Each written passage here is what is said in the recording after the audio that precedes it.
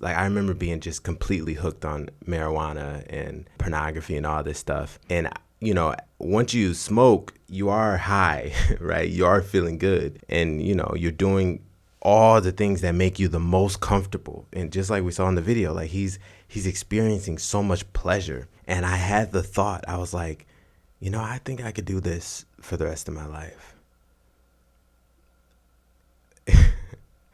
And that is a terrifying thought. Hi, how are you? Look, this video might honestly be the most important video you'll watch all day, maybe even all year, because at the end of our lives, what tends to hurt the most is the regrets, is not doing what we knew in our heart we wanted to do, but we just didn't believe we could do it, or we just settled for less. When I saw this video a few years ago when it came out, it scared me, honestly. Like it shook me at the core of my being, and I wanted to react to this. It's by After School. It's called The Slow Poison of Endless Fantasy. And yeah, it's just, it really speaks for itself. So let's go ahead and check it out, shall we?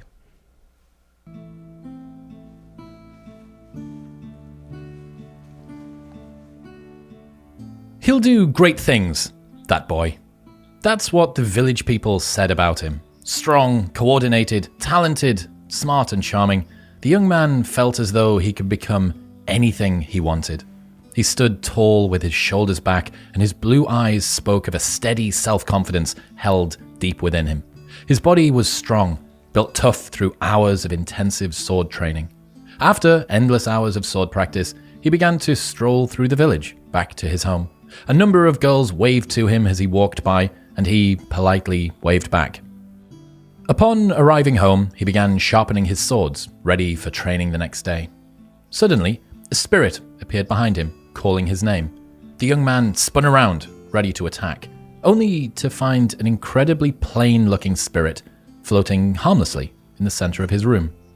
Neither male nor female, the spirit held an entirely blank expression, neither happy nor sad, as though there was no emotion inside of it whatsoever. The spirit spoke, "Jean of Furthershaw, I am the spirit of seeing." The young man stood, facing the spirit confrontationally. "What do you want?" he said, drawing his sword. The spirit remained completely unafraid. "Only to show you my powers. I can show you anything you can possibly imagine, for I am the spirit of seeing," the spirit replied plainly. The young man observed the spirit carefully. It continued to float passively in the air and seemed to pose no threat. "You can show me anything, huh? Show me the stables of Furthershaw," the young man said curiously. The spirit blew a puff of smoke, and inside the smoke, the stables could be seen clearly. The image... Now, real quick, what does this sound like to you guys? The internet, right? And I think this is the parallel they're drawing. The internet, you could literally search anything and you'll more than likely get a result for it and to be able to see it. And so this really describes, and I love how it puts it in an old setting because it gives a different context. It gives us a different perspective to view it from and allows us to really see it, right? Because we're so immersed in the present moment in modern society that things become colorless. We become numb to the insanity that is all around us. Like, you're watching me on a computer right now and I'm filming this in my room nowhere near you. Like, that's an insane thing, right? And so to be able to show it from this perspective is so cool. So yeah, that's what I think the parallel they're trying to draw here, and it's really quite fascinating. Let's continue. The image of the stables hung in the air for several minutes before disappearing. The young man smiled. "How interesting," he thought to himself. Another idea immediately came to his mind. "Show me the most beautiful girl in the world," he suggested, with a smirk on his face. Without a word, the spirit blew another puff of smoke, and in it appeared the most beautiful girl the young man had ever seen. Her long, dark hair lay delicately over her pretty head. She had big, piercing brown eyes, a delicate nose and plump lips. One hand lay perfectly on the hips of her gorgeous, hourglass figure. The young man's pupils dilated as he stared at the girl in wonder for a full 5 minutes. Remembering where he was, he cleared his throat and composed himself once again. While he felt slightly embarrassed, the spirit maintained an empty gaze, seemingly unaffected by the young man's embarrassing display. Another idea entered the young man's mind. "Show me a great warrior," he commanded. As usual, the spirit blew yet another puff of smoke with an image of exactly what the young man had asked for. The perfect warrior stood looking into the distance, his body toned and muscular, with a stern expression on his face. The young man marveled at this great warrior, pledging to himself that he too would one day be a great warrior just like this man. The young man had had enough. "You may now leave, spirit. I have seen enough," he said, dismissively, as he went back to sharpening his swords. The spirit of seeing spoke without emotion. "I shall remain here, in the corner of your room, ready to show you my powers on your command." The young man shrugged his shoulders in acceptance. The spirit didn't seem to mean him any harm. As the weeks went by, the young man became accustomed to the spirit in his room. He used it to see the weather of the day, to see what his friends were doing, and he even started looking at beautiful girls with their clothing removed. After all, the spirit of seeing would show him anything he wanted. The weeks... Now, hopefully we're all mature adults here, okay? It's slightly explicit, but technically it's just colors on a screen, cartoon images, but, you know, there's a real message, and this is real life. I've struggled with a porn addiction for most of my life. I'll say half of my life, and I'm gonna make a video about that at some point. But I think this is real, and we should be able to talk about it and be a little more vulnerable, so we could conquer this giant that is pixelated seduction. Let's call it that. All right. Turned into months. He started leaving his sword training an hour early, and then 2 hours early, and then 3. For the spirit of seeing was far more stimulating than dull, repetitive sword training. The girls in the village waved, but the young man stopped waving back. They were plain, he said to himself. One day, he would find a girl as beautiful as the ones he watched through the spirit, he thought. He began using the spirit to watch great battles. He cheered aloud as his favorite hero turned the tide of the skirmish at the very last minute, watching with eagerness, thinking that one day soon, he would lead his own army into battle. He thought of these battles while he practiced his sword work. He even began reciting lines he had heard his favorite hero speak as he swung. And he would leave training after just a few hours to rush home and watch a great battle. Not before seeing more beautiful naked girls, of course. A year passed, and the girls in the village had stopped waving. Some had wedded a husband. Most could be heard screaming the name of another boy in the village from the archery range each evening. Apparently he was skilled with a bow. The young man cursed and muttered under his breath, something about real warriors not attacking from afar. He now trained only for a few short hours, and some days he would skip training altogether. He would walk at a quick pace through the village to get home, uninterested in exchanging pleasantries with the village folk. He had begun using the spirit to watch a number of beautiful naked women perform sexual acts on one another. It seemed now that a single naked woman was no longer interesting. His admiration for his favorite hero had turned into jealousy. He would watch the hero defeat enemy after enemy, the gap between himself and the hero seeming to loom ever larger. He could no longer run much of a distance. His shield felt heavy. His sword skills no longer matched other warriors of his own age. Several more years passed. The young man had given up on becoming a hero. Although he would still rewatch his favorite battles through the spirit from time to time, still unmarried, he had become deeply frustrated and sad. His sword lay quietly in the corner of the room, collecting dust. On the night of his 30th birthday, The man, nearing the end of his youth, sat alone in his room, feeling worse than he had ever felt.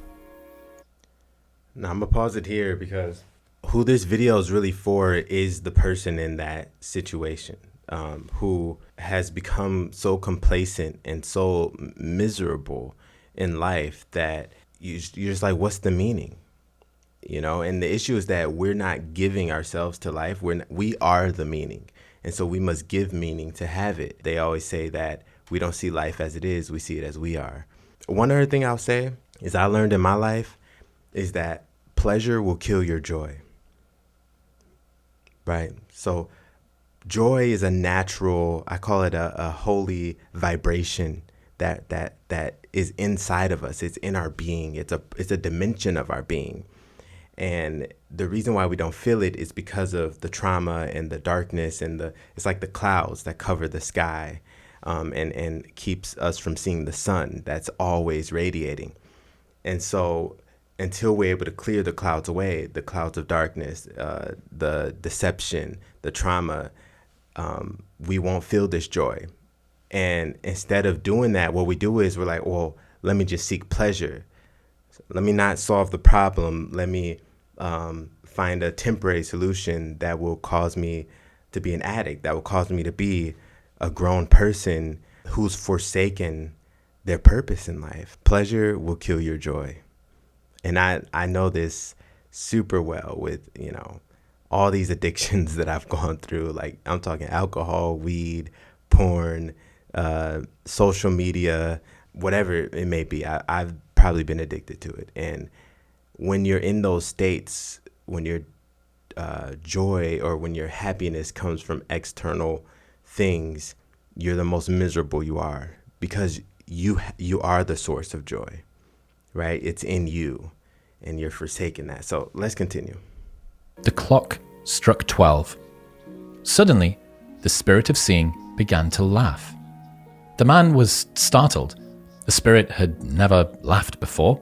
In fact, it had never shown any emotion whatsoever. He looked up at the spirit, who caught his gaze. Slowly, the spirit of seeing grew a wide smile. For the first time in 10 years, the spirit spoke. "My work here is done," it said in a deep voice. "What are you talking about, spirit?" the man spoke, fearfully. The spirit laughed again. "I shall reveal what I have kept secret for the past 10 years. I am the ultimate concentration of evil. I am the root of all the darkness in this world. I am the devil himself," the spirit spoke pridefully. The man became terrified, his mouth wide open and speechless. "A demon will attack this village tonight. A prophecy foretold that you were the one destined to defeat it. But it is I that has defeated you. And now the souls of this village are mine," the spirit spoke with a tone of utter glee. "Why wait 10 long years?" the man asked in a shaky voice. "Why not fight me face to face the first time we met?" The spirit let out another laugh. "If I had fought you face to face, you would have conquered me, but I am cunning, and that slow drip of poison given to you through the means of endless fantasy has rendered you too weak to fight. And now, this village is mine." The man could do nothing other than slowly sit down. A deep, dark pain settled inside his stomach, one that he knew would never go away. Only the devil himself could inflict the deep, tormenting, inner anguish he felt pulsing through his mind. The torture in his mind was too much to bear. He needed something to quell the pain. "Can I see those beautiful girls just one more time?" A wide grin grew across the devil's face. "Always." Crazy. What does that say? Hell is the place where the person you are meets the person you could have been. That's a bar. Yeah, there's so much to say about this. I relate to this heavily because for most of my life, I've had aspirations, but I kept giving up on them. I would try, and then it would be too difficult. I would see it as too difficult, and I would quit, and I'll try again. And, to my credit, I kept trying, but I definitely had seasons. Like, I remember being just completely hooked on marijuana and pornography and all this stuff. And, once you smoke, you are high, right? You are feeling good.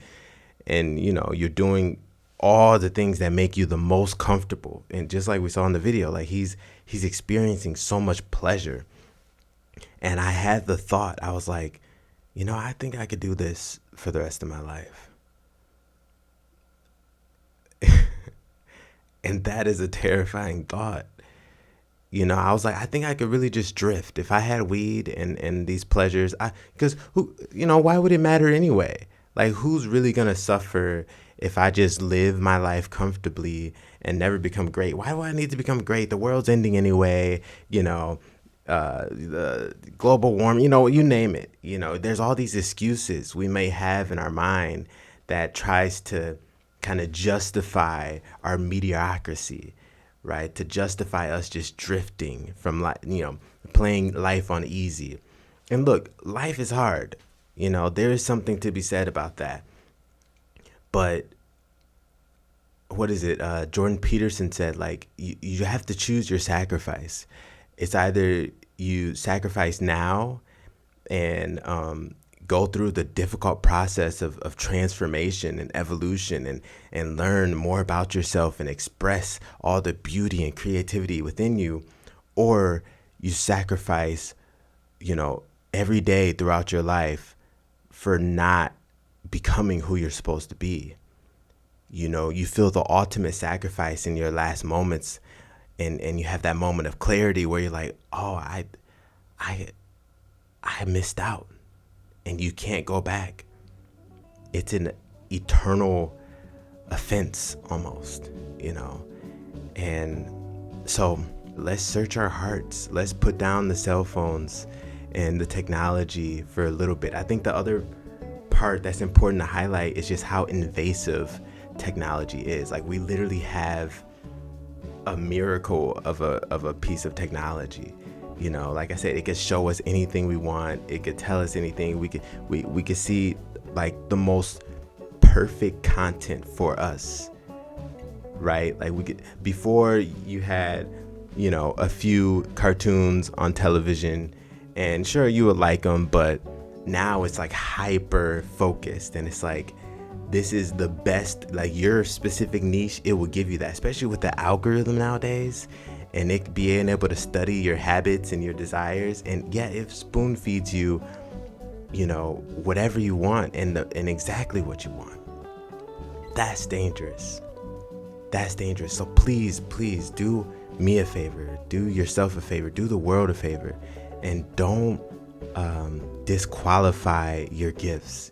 Don't downplay your abilities and your worth. It is truly beyond all words. And this video tried to give the depiction of, like, it's as if a demon is going to attack your town and you were the one who was going to defeat it. Can you imagine that?